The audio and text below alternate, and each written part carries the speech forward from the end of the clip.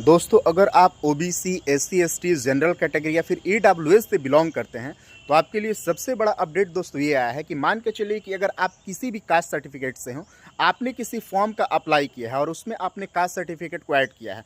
माना कि आप एससी, एसटी हैं या ओबीसी हैं या फिर ईडब्ल्यूएस कैटेगरी में आते हैं, और अगर आपका मार्क्स बेहतरीन रहेगा और जनरल कैटेगरी के लगभग टच का रहेगा, तो वहाँ पे आपको कास्ट सर्टिफिकेट का कोई भी बेनिफिट्स नहीं दिया जाएगा।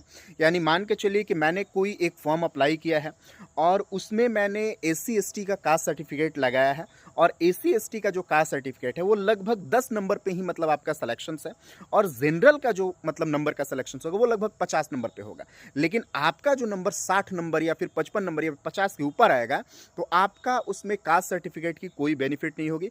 आपका जो रिजल्ट होगा वह जनरल कैटेगरी के ही अंतर्गत देखा जाएगा। और यह जो रूल्स है अभी कुछ दिन पहले ही आया है, कुछ दिन पहले क्या, लागू तो पहले से ही था, लेकिन बहुत ही ज़्यादा फॉर्म में इसलिए आया है क्योंकि अभी राजस्थान हाई कोर्ट के द्वारा इस पर बहुत ही बड़ी कार्रवाई की गई है।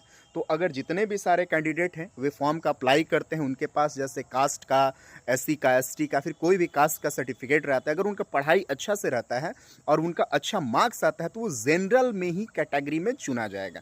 तो मैं अपील करता हूं कि देखिए, पढ़ने वाले बच्चों के लिए कोई बड़ी बात नहीं होती है कास्ट का या फिर फलाना ठिकाना ढिमकाना। अगर आपकी पढ़ाई अच्छी है, जम के तैयारी अच्छी है, तो आप जल्दी से नौकरी लेके, सेलेक्शंस लेके मिठाई खिलाएं।